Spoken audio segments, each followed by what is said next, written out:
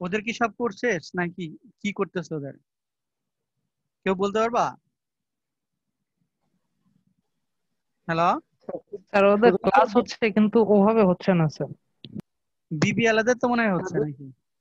BBA দের 7 semester সব class শেষ, সেমিস্টারের ক্লাস নিব কিনা সেটা আছে। এই কারণে মনে হয় 30 তারিখের পরে নেক্সট সেমিস্টারের ক্লাস শুরু হবে বা সামথিং এরকম। ওরা কিছু বলছে নাকি? হতে পারে স্যার, সেও জানি না। হুম।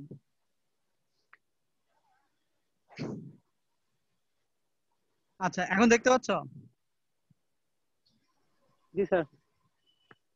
আচ্ছা, এরপরে দেখো যে এখানে যেটা আরআইপি ভার্সন প্রোটোকল 2 আছে, নরমালি আমরা ক্লাসফুল অ্যাড্রেসে হচ্ছে আরআইপি প্রোটোকল ভার্সন 1 ইউজ করতো, বাট এখন তো সবই হচ্ছে ক্লাসলেস অ্যাড্রেসিং। তোমরা তো ক্লাসফুল অ্যাড্রেসিং বা ক্লাসলেস অ্যাড্রেসিং এগুলোর পার্থক্য তো জানো, তাই জি না? স্যার। মনে আছে তো? জি স্যার। আচ্ছা, ক্লাসফুল অ্যাড্রেসিং এর ক্ষেত্রে আরআইপি ভার্সন প্রোটোকল 1 কাজ করতো, বাট এখন যা কাজ করতেছে সব হচ্ছে আরআইপি ভার্সন প্রোটোকল 2। এবং এইখানে মানে আরআইপি ভার্সন প্রোটোকল 2 এটা ইমপ্লিমেন্ট করতে হবে আর এবং কনফিগার করতে হবে। 3 নাম্বার হচ্ছে রাউটিং টেবিল যেগুলো আছে, দ্যাট মিনস রাউটিং টেবিলে তোমার সোর্স, অ্যাডমিনিস্ট্রেশন, ডিস্টেন্স, ম্যাট্রিক এগুলো দেয়া থাকবে এবং সেখান থেকে কিছু তোমার কি কম্পোনেন্টস আছে আইপি ভার্সন প্রোটোকলের, সেখানে বেশ কিছু ইস্যু আছে। আর লাস্টের দিকে আইপি ভার্সন 6 এর কয়েকটা, যদিও আইপি ভার্সন 6 এর উপরে আমি একটা ক্লাস নিব আর কি। তো এখানে দেখো যে প্রথম যদি আমরা দেখি যে overview of dynamic routing protocol, overview যদি দেখি, বেসিক্যালি দুই টাইপের প্রোটোকল আছে।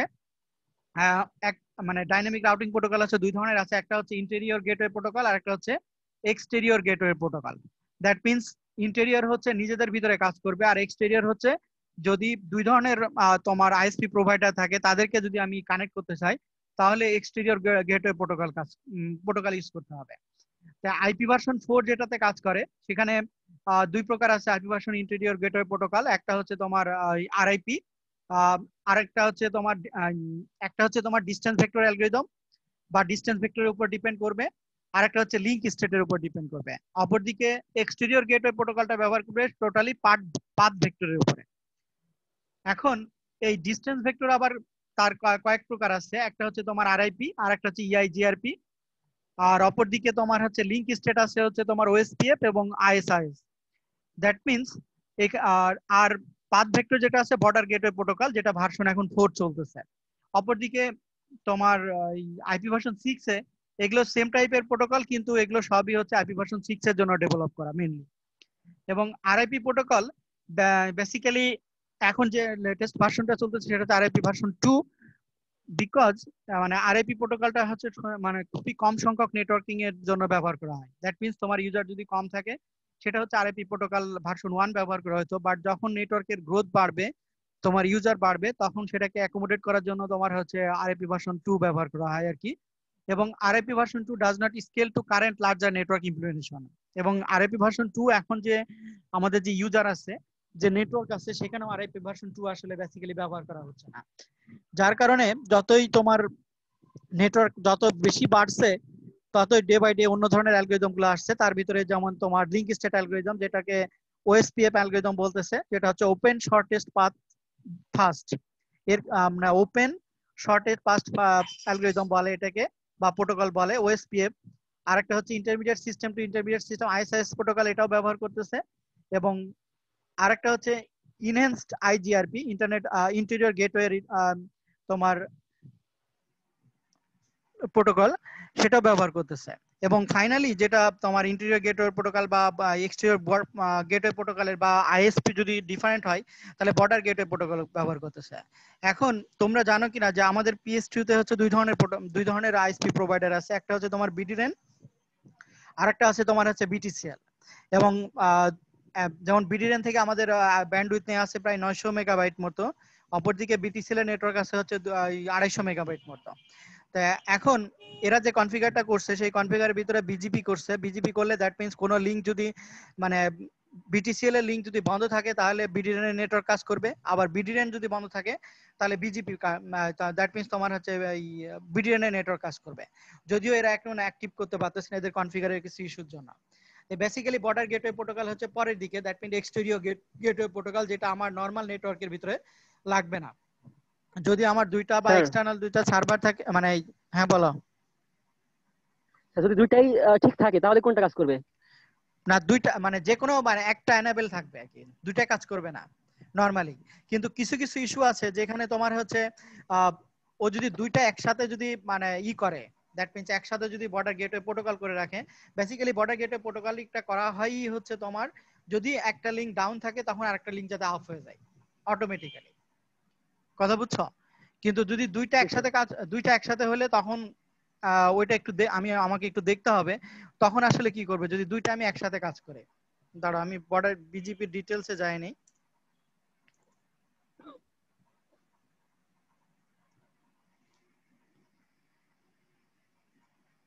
স্যার সেক্ষেত্রে তো আমাদের বিটিসিএল এর বিলও দিতে হচ্ছে নাকি? হ্যাঁ দুইটা বিলই দিতে হচ্ছে আমাদের, কারণ তোমাকে তো রাখতে হবে, দ্যাট মিন্স তোমাকে বিকল্প রাখতে হবে, কারণ যে কোনো সময় যে কোনো বিটিসিএল এর বিটিএনের নেটওয়ার্ক যদি ডাউন হয়ে যায় তখন যাতে আমাদের নেটওয়ার্ক অ্যাক্টিভ থাকে। এবং অধিকাংশ যারা বড় সার্ভিস প্রোভাইডার আছে, দ্যাট মিন্স বড় যারা নেটওয়ার্ক ইউজার আছে সবারই হচ্ছে মানে অল্টারনেট ওয়ে আছে আর কি।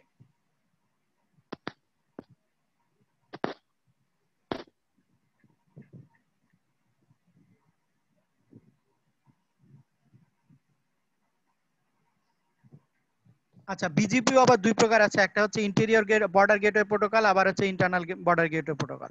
যদিও লেটেস্ট ইনফরমেশন এটা বলতেছে আর কি।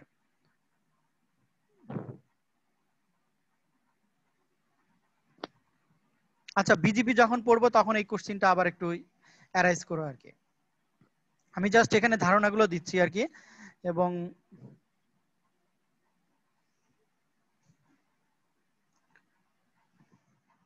বেসিক্যালি এই রাউটিং প্রোটোকল যেটা শুরু হয়েছে তোমার 1988 থেকে, মানে দ্যাট মিন্স আরআইপি প্রোটোকল প্রথম যখন শুরু হয়েছে, ডাইনামিক রাউটিং প্রোটোকল যখন প্রথম ইউজ হয়েছে সেটা হচ্ছে 1980 তে। এবং one of the first routing protocol হচ্ছে আরআইপি ভার্সন 1, এবং এটাও 1988 ব্যবহার করবে। এবং তোমরা জানো কিনা যে প্রথম যে নেটওয়ার্কটার নাম ছিল তার নাম কি ছিল? আরপানেট। নাম শুনছো কখনো?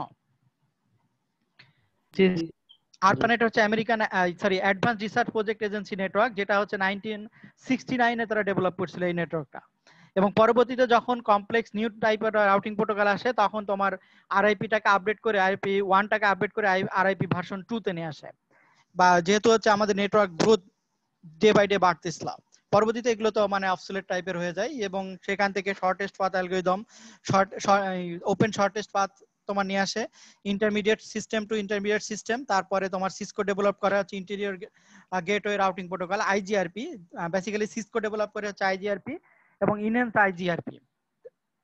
আইজিআরপি, এই দুটো প্রোটোকল হচ্ছে সিসকো ডেভেলপ করে। পরবর্তীতে there was need to connect different internet networks and provide routing between them. The border gateway protocol is used with internet service provider, that means ISPL এর ব্যবহার করে। Basically, BGP is also used between ISP and the larger private client to extend routing information. এই কাজের জন্য হচ্ছে BGP ব্যবহার করে।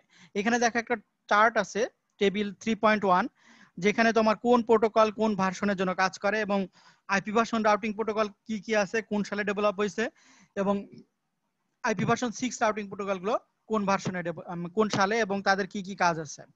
আর এখানে হচ্ছে ক্লাসিফাই দ্য প্রোটোকল যেগুলো ব্যবহার করছে, দেখো যে ইন্টেরিয়র গেটওয়ে প্রোটোকল আবার exterior gateway protocol, that means routing protocol evaluation দেখাইছে এখানে, আর এখানে দেখাইছে হচ্ছে রাউটিং প্রোটোকল ক্লাসিফিকেশন দেখাইছে।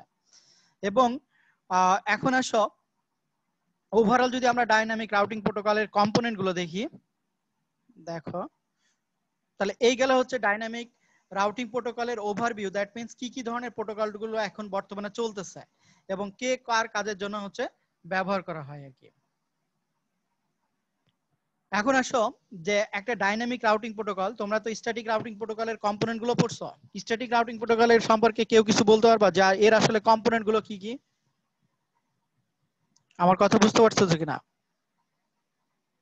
ম্যাডাম যেগুলো পড়াইছে স্ট্যাটিক রাউটিং প্রোটোকলের এর কম্পোনেন্ট গুলো কি কি?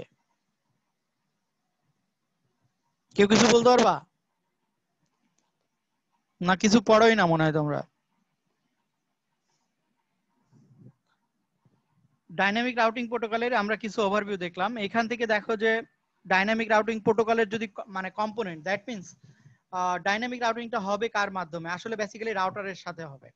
কারণ রাউটারটার কাজটা কি আমরা জানি, রাউটিং কাজটা হচ্ছে বেস্ট পথ ফাইন্ড করা, মানে কম কস্টে তোমার হচ্ছে ইউজারের কাছে সহজে পৌঁছানোই হচ্ছে রাউটারের মেন কাজ। কারণ রাউটারটা বেসিক্যালি কি করে, প্যাকেটটা ফরওয়ার্ড করে, তার সোর্স এবং ডেস্টিনেশনটা খুঁজে বের করে প্যাকেটটা তার ডেস্টিনেশনের কাছে পৌঁছায়। দ্যাট মিনস আমি যদি একজন কাস্টমার হই, আমি যে ওয়েবসাইটটাকে অ্যাক্সেস করতেছি বা যাকে অ্যাক্সেস করতে চাচ্ছি তার কাছে আমাকে নিয়ে যায়।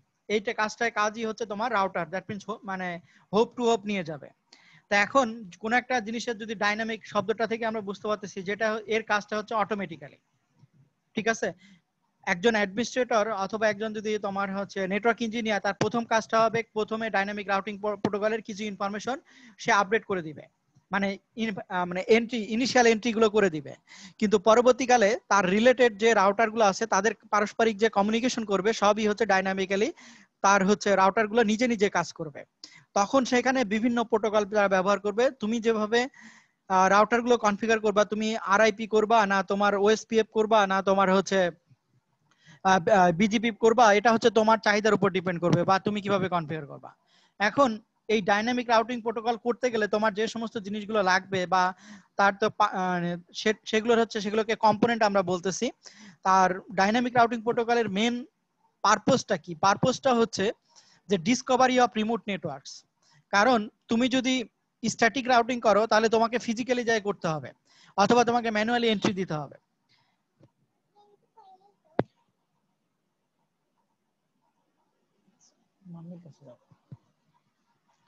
তো এখানে দেখো যে প্রথম পারপোজটা হচ্ছে ডাইনামিক রাউটিং কলের প্রথম পারপোজটা হচ্ছে তোমার হচ্ছে আমরা তো জানি যে রাউটিং প্রোটোকলেরই প্রথম পারপোজটা মানে মেন কাজটা হচ্ছে চুজ বেস্ট পথ। বাট কিছু পথ মানে পারপাজের জন্য আসলে ডাইনামিক রাউটিং প্রোটোকল ব্যবহার করা হয়। তার প্রথমটা হচ্ছে Discovery of remote networks. That means কোন একটা রাউটারের তার রিমোট নেটওয়ার্ক কে কে আছে সেটা খুঁজে বের করা প্রথম কাজ। দ্বিতীয় কাজ হচ্ছে maintaining up to date routing information. দুই নম্বর কাজ হচ্ছে যে R2 রাউটারের বা R1 রাউটারের মানে লেটেস্ট কোনো যদি এন্ট্রি আসে, কোনো যদি ইউজার যদি কানেক্ট হয় বা কোনো যদি তোমার কম্পোনেন্ট যদি কানেক্ট হয় সেগুলোর হচ্ছে আপডেট ইনফরমেশন রাখা। তিন নাম্বার হচ্ছে চুজিং দ্য বেস্ট পথ to the destination network. R1 থেকে আমি R2 তে কিভাবে যাব, সেটা কি R1 R3 R2 তে যাব না R1 থেকে ডাইরেক্টলি R2 তে যাব, সেটা আমাকে খুঁজে বের করে দিবে, যে চুজিং দ্য বেস্ট পথ টু ডেস্টিনেশন নেটওয়ার্ক।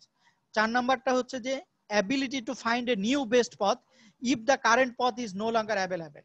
যেমন হঠাৎ করে যদি তোমার R1 R2 এর ভিতরে যে লিঙ্কটা আছে এই লিঙ্কটা ডাউন হয়ে গেল, তাহলে R1 রাউটার R2 রাউটারের কাছে কিভাবে যাবে সেটা অটোমেটিক্যালি খুঁজে বের করার দায়িত্বও হচ্ছে মানে বের করা হচ্ছে ডাইনামিক রাউটিং প্রোটোকলের কাজ, পারপাজের কি।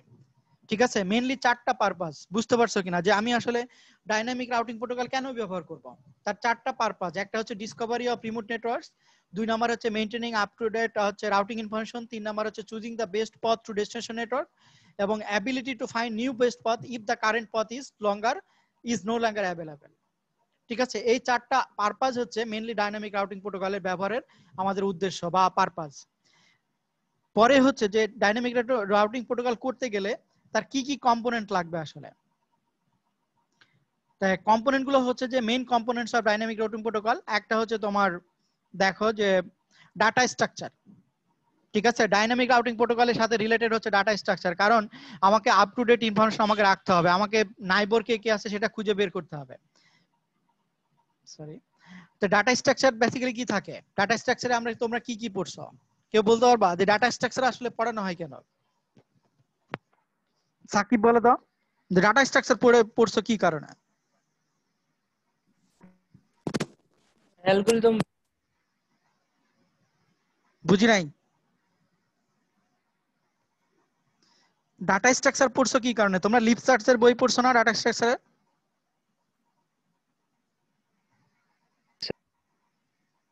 মানে ডাটা স্ট্রাকচার কোর্সটা কেন পড়ছো? কিছুই কইতে পারো না? কে কইতে পারবা? স্যার ডাটাকে যাতে সহজভাবে অ্যাক্সেস করা যায় বা আপডেট করা যায় বা ডাটা দিয়ে সহজভাবে কাজ করা যায়, ওই জন্যই তো ডাটা স্ট্রাকচার ইউজ করা হয় বা ডাটাকে সাজানো হয় কোনো একটা ওয়েতে। ডাটাকে কোনো একটা অর্গানাইজড ওয়েতে সাজানো হয়, ডাটাকে একটা স্ট্রাকচারড ওয়েতে সাজানো থাকে, বা আমি যদি কোনোভাবে মানে যত সহজে আমি কম খরচে অ্যাক্সেস করতে পারি। আমি first in first out, LIFO, তারপরে ফিফো, এগুলো তো পড়ছো তাই না?